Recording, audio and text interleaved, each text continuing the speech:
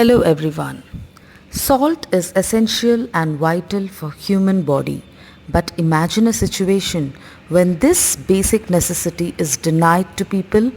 What happens when even salt becomes inaccessible? We will know about this in Mahasweta Devi's short story Salt. The short story Salt is written by Mahasweta Devi in Bengali, Noon, and translated by Sarmishta Datta Gupta in English. It was published in 1981 by Sahitya Academy, New Delhi. Mahasweta Devi was born in Dhaka in 1926. Her works include Hazar Chaurasirma, Rani of Jhansi, Draupadi, Rudali, Stanadayini, etc. She is revolutionary and has been a radical figure in opposing political authorities for exploiting the poor and the marginalized and criticizing the literary establishment for failing to raise their voice against social injustice. She wanted to bring the issues of the marginalized people to the forefront who have been excluded from the mainstream by the society and denied their basic rights. She won many awards: Sahitya Academy Award for Aranyer Adhikar in 1979, the Bharatiya Gyanpith Award in 1995, the Raman Magsaysay Award in 1997, the Indira Gandhi Award for National Integration in 2005, and Padma Shri in 1986 and again in 2006. Mahasweta Devi founded the Palamau Jilla Labour Liberation Organization in 1980 and became an editor of Bortika, a journal devoted to the lives of tribals in India. She remains a prolific writer in Bengali with novels, short stories, plays, essays and journalistic writings to her credit. Now let's come to the story. The story Salt is set in Jhujar village along the Palamau Reserve Forest close to the bank of Koel River. The entire land belongs to Uttam Chand. His ancestors were among those Hindu traders who came into the region after the coal revolt of 1831. Uttam Chand had bought nearly all the tribal's arable forest land. It was extremely easy to evict these tribals then and even now by buying off their land. People of Jhujar do not even know when they had land of their own, when they used to take home the crops they raised. The entire village is shackled by Uttam Chand into forced labor without wages. For generations, year after year, these people walked 12 miles to Uttam Chand's village Tahar to repay unwritten debts of their forefathers. For just a few morsels a day and meager share of the harvest, they till his land without pay. Their share of the crops too is added to their debts. So elections took place in the village. The new ministry came into power. Organized youths took note of all the ancestral history of the debts of tribal people which made them work without wages. Purti Munda, who was far away from the village and was working as a coolie, returned to Jhujar. The youth committee threatened Uttam Chand in front of Purti Chand and decreed that the tribals must receive half the share of the crops.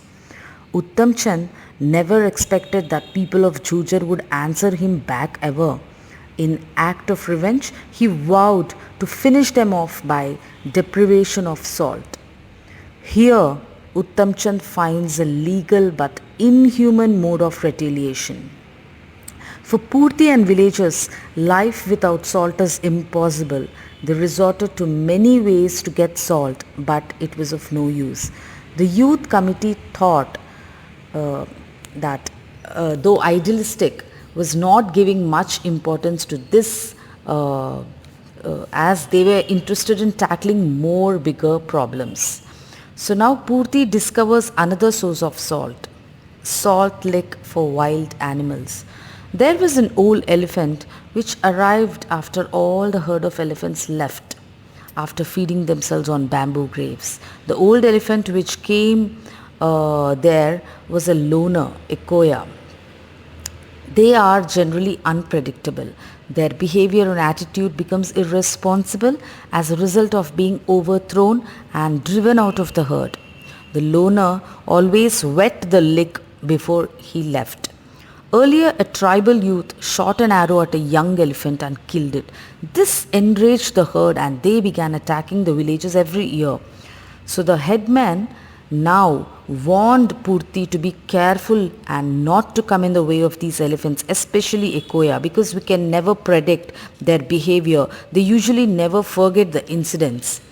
The salt lake eventually got shifted because of Ekoya. Ekoya was observing these villages from a distance. It has become suspicious. In the beginning, Purti was very careful, very careful, but later they became very lenient and negligent. They didn't know that Ekoya had seen them, and it has observed them. So they went ahead with irrational act. Here Purti acted without logic. They wanted to prove their masculinity and do their heroic act of stealing salt by fooling Ekoya. And Ekoya was also not visible since many days, so they were very confident. As they proceeded near Salt Lake, the Ekoya advanced too. The elephant is the largest terrestrial animal, but if an angry elephant decides to outwit man, it could tread more softly than an ant, taking care not to crush dry leaves under its feet.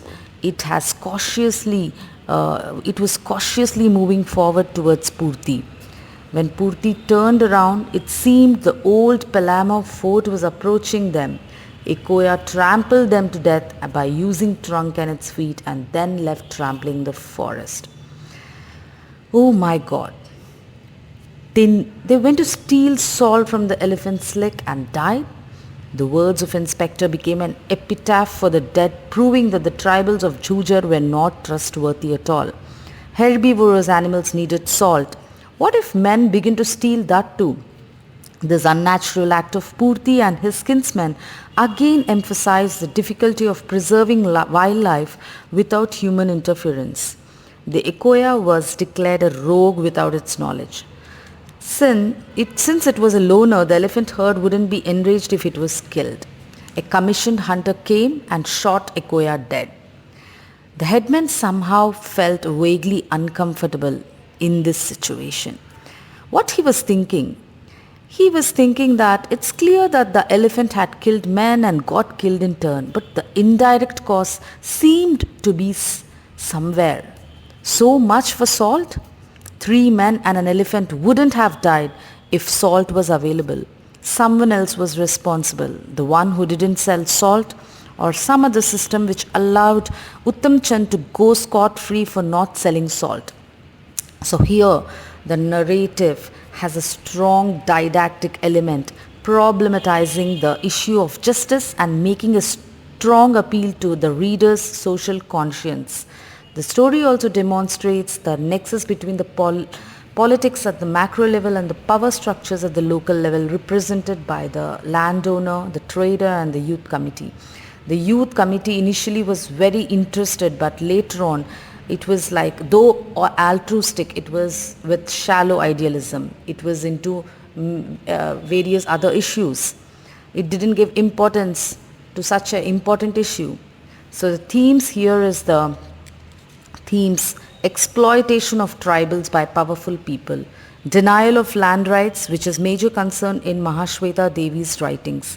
In her essay, The Slaves of Palamau, she describes how forests were destroyed for development, making tribals suffer.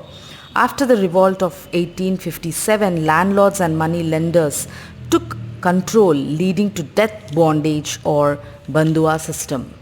So the story uses irony to show the gap between the real suffering of the tribals and the careless attitudes of the authorities.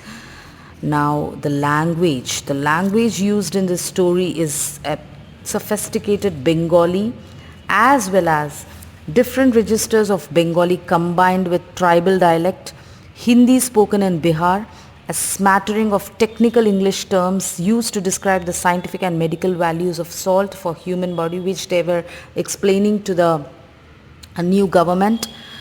The doctors were explaining it to the new government. The story uses figurative language. The image of salt is identified with the lives of the tribal. The quest for forbidden salt demonstrates the basic primitive level of their struggle to stay alive in a world where even animals are better cared for. Salt, though a humble, ordinary substance, is essential for life. To deny it to tribals is to deny their right to live. The clipped language which reporters use indicates the callous attitude of the authorities towards the plight of tribals as well as animals. Now we'll come to the translation. In the English translation, harmony in language is impossible to retain, resulting in dilution of the story's stylistic impact. There is loss of nuance, which is inevitable in all translations, especially in the case of Mahasweta Devi's works, because of rich linguistic layering of original texts. So Mahasweta Devi used salt as a metaphor to highlight the suffering of the marginalized in the hands of the powerful authority. Thank you.